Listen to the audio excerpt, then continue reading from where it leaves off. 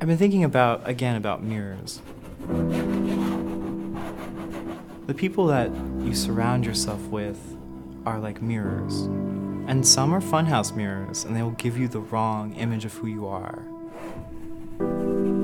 I'm really moved lately by the sense that art is a vehicle for connection. My job as a portrait painter is to witness someone else's existence, and my own, in the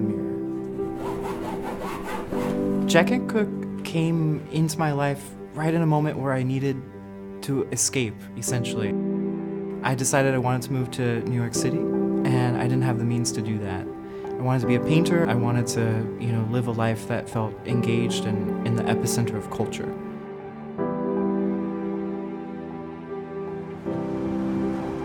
I think what I like about it to this day is just because you're not the center of the universe doesn't mean that you can't have like little magical things happen and they seem like they're just for you.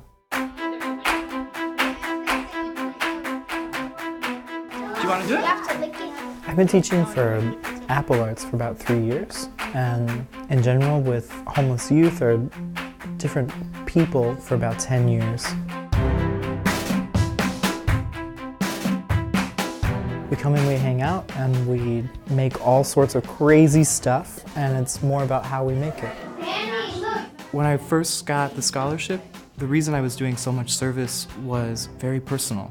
I was working with homeless kids in a moment of myself feeling homeless. And so for me, it's like extending outward and taking care of them has been a way of learning to take care of myself. Growing up, I always felt a little bit alienated by my difference, which at that point was just a kind of sensitivity and artistic temperament and a kind of effeminance. And eventually I was like, oh, I'm gay. And that meant that I had to leave my family, and it wasn't my choice. I'm trying to create a life in New York City. It's hard, and I don't want to lose my humanity. And I think that seeing it in others was the first step. For me, it's about connecting and really seeing people for who they are. That means being aware of my projection onto them, and cutting that out. It's about their ability to be themselves in front of me. Homelessness for me resonates around home, around belonging, which is not just being loved, but being understood and loved. I haven't been able to leave my family, even though they rejected me, right? And it's in our quirks, it's in the way that I talk like my mom when I'm hanging out with these kids, they're in me and I like it. I feel connected to them in that way. We kind of round each other's edges.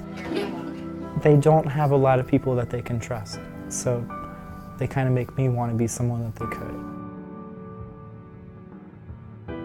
I feel like a lot of the images that I've made, I'll understand years later, were kind of hinting at something that I knew somewhere but couldn't quite live. So it lived in the image until I could live up to it. JKC, in some ways, saw me more clearly than I saw myself. I know that they believed in me.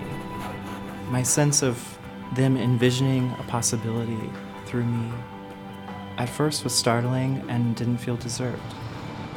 And I think that putting myself out there, believing in my work and pursuing everything from exhibitions to more publishing, that for me would be a great success, and it would model to the kids the same kind of belief and confidence that I try to give to them.